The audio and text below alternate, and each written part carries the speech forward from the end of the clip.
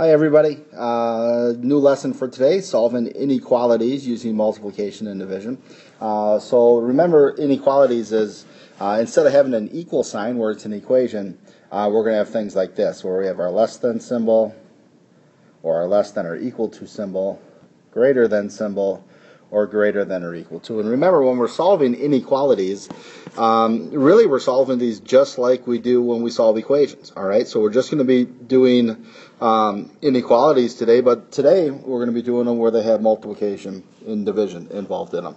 Okay, and there's really, you solve them just like equations, with the exception of there is one additional rule today, and that's what I've written down right here. So very, very important rule, which says for inequalities, whenever you multiply or divide by a negative number, you must reverse the inequality symbol. You must.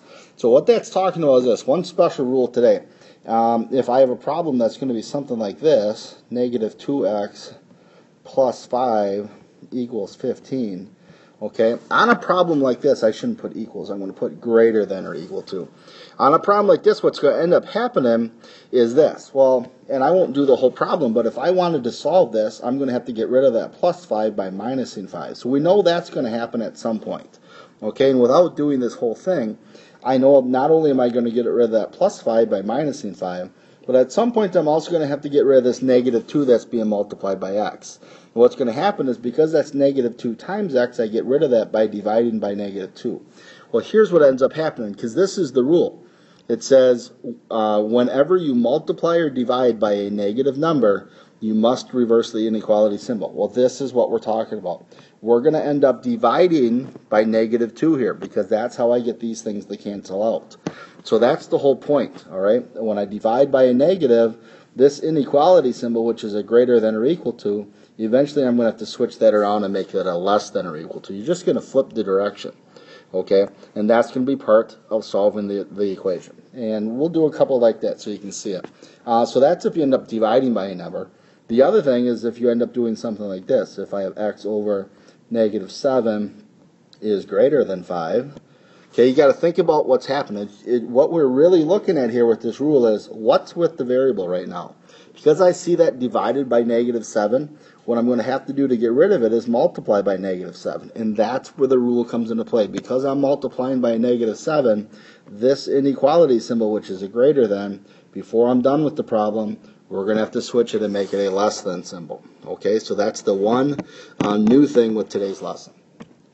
Okay, let's go ahead and do one. So example 1, we're going to solve this inequality which says m divided by negative 3 is greater than 3. Well, just like we did with equations, okay, I want to get the m by itself. So because this starts as m divided by negative 3, I have to get rid of that divided by negative 3, and that's going to be by multiplying by negative 3. The negative 3 and the negative 3 cancel out. Since I multiply by negative 3 on the left, I'm going to multiply by negative 3 on the right, leaving me with m is greater than negative 9. Now I want to explain something to you. I'm going to explain why our new rule today is going to work. Because this is supposed to be the answer. M is greater than negative 9. That means any number that is greater than negative 9, if I go back to the original problem, which is m divided by negative 3 is greater than 3, if I choose any number here that is bigger than negative 9, if I plug it into this equation, it should give us a true statement. So let's think of it. Numbers that are greater than negative 9. Okay, negative 8, negative 7, negative 6, negative 5, negative 4, negative 3, negative 2, negative 1, 0. I'm going to choose 0. Okay, I'm going to pick 0. I'm going to put it in place of m. So my problem becomes 0 divided by negative 3. Well, 0 divided by anything is 0. Is 0 greater than 3? Well, no, it's not. So it's supposed to work. The problem is that it doesn't work. All right, we end up getting a statement that is not true. This is why our rule comes into play. Because if I go back up to the beginning, okay, right here, it's a divided by negative 3. And the way I got rid of that divide by negative 3 was to multiply by negative 3. And there implies our rule that whatever the inequality symbol is, you got to change its direction. So it was a greater than. Before I'm done, I have to actually end up switching this, okay, and say m is less than negative 9. Okay, now if I pick any number that is less than negative 9, it should give me an answer that worked. So let's go ahead and just pretend here. Let's plug one in here. So I'm going to pick something that I know can be divided by 3. So less than negative 9. How about something like negative 12? Well, negative 12 divided by negative 3 is positive 4 is greater than 3. And absolutely, that's true. So I know my answer worked. Okay, now you don't have to do all this. That's the way to check your work. That's just more my explanation about why right here you have to switch the symbol from a greater than symbol to a less than symbol, and had to do with that divided by negative 3. Okay, one for you guys to try on your own. Okay, n divided by 3 less than or equal to negative 5. Okay, pause the video, try it on your own. Okay, you're back, and as you probably guessed here, I have to get rid of the divided by 3, get rid of a divided by 3 by multiplying by 3. Okay, those are going to cancel. Now, here's where you got to be careful, because it all has to do with this number that I'm trying to get rid of, because that's a positive, and to get rid of it, I multiply by a positive. I'm going to multiply by a positive over here, but I'm multiplying by a positive, which means my symbol does not reverse. It stays as a less than or equal to.